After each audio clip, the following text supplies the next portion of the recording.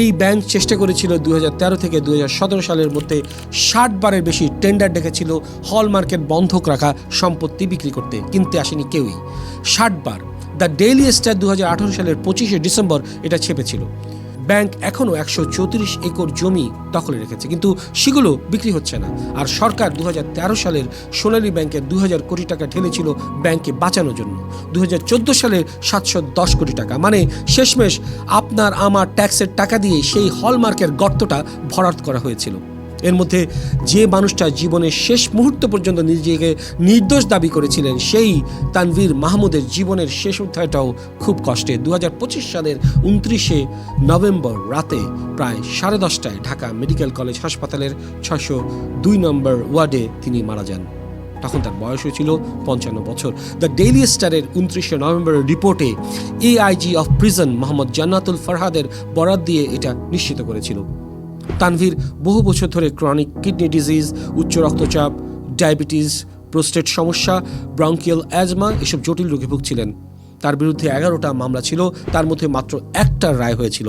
বাকি 10টা মামলার রায় হওয়ার আগেই তিনি চলে গেলেন।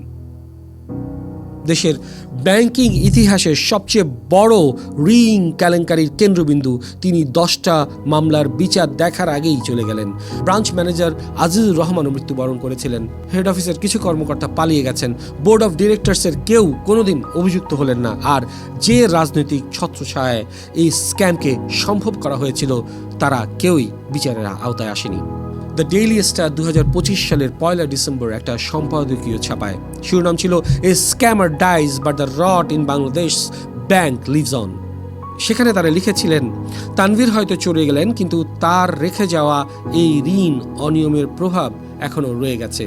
এরপর এই দেশ আর্থিক খাতে আরও বড় বড় স্ক্যাম দেখেছে একের পর এক। হলমার্কের পরে এসেছে বেসিক ব্যাংকের কেলেঙ্কারি, 2009 থেকে 2013 প্রায় 4500 কোটি টাকা। জনতা ব্যাংক, এনএনটেক্স, পদ্মা ব্যাংক, পিকে হাওলাদারের 10,000 কোটি টাকা, এস আলম গ্রুপের ইসলামী ব্যাংক সংক্রান্ত অনিয়ম 50,000 কোটি টাকারও বেশি। সেই একই সম্পাদকীয় অনুযায়ী 2025 সালে বাংলাদেশের ব্যাংকিং খাতে খেলাপি ঋণ রেকর্ড 6.44 লাখ কোটি টাকায় পৌঁছেছে। মোট বিতরণকৃত ঋণের 36%। অন্তত 16টা ব্যাংক এখন নতুন ঋণ দিতে পারছে না। মানে হলমার্ক যে দরজাটা খুলে দিয়েছিল, সেটা এখন আর কেউ বন্ধ করতে পারেনি, বরং দরজাটা প্রসারিত হয়েছে। এটাই সবচেয়ে কষ্টের। এই ঘটনা যেটা সতর্ক বার্তা হওয়া উচিত ছিল, সেটা হয়ে গেল একটা ব্লুপ্রিন্ট। এই গল্পটা শোনার পর যদি আপনি ভাবেন যে শুধু কয়েকজন দুর্নীতিবাজের গল্প, তাহলে আসলে আপনি পয়েন্টটা ধরতে পারেননি।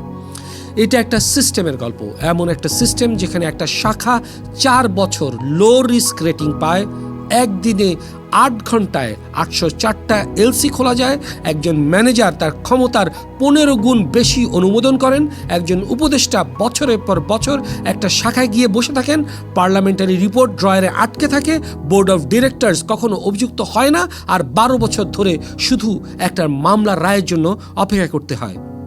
এই প্রতিটা ব্যর্থতা, অডিট ব্যর্থতা, নিয়ন্ত্রক ব্যর্থতা, প্রশাসনিক ব্যর্থতা, রাজনৈতিক জবাবদিহিতার ব্যর্থতা, বিচার বিভাগীয় গতির ব্যর্থতা, এগুলো প্রত্যেকটা আলাদা আলাদা করে বলা যায়, কিন্তু সব যখন একসাথে ঘটে, সেটাই হলো হলমার্ক। আশা করি এই এপিসোডটা আপনাদের ভালো লাগবে।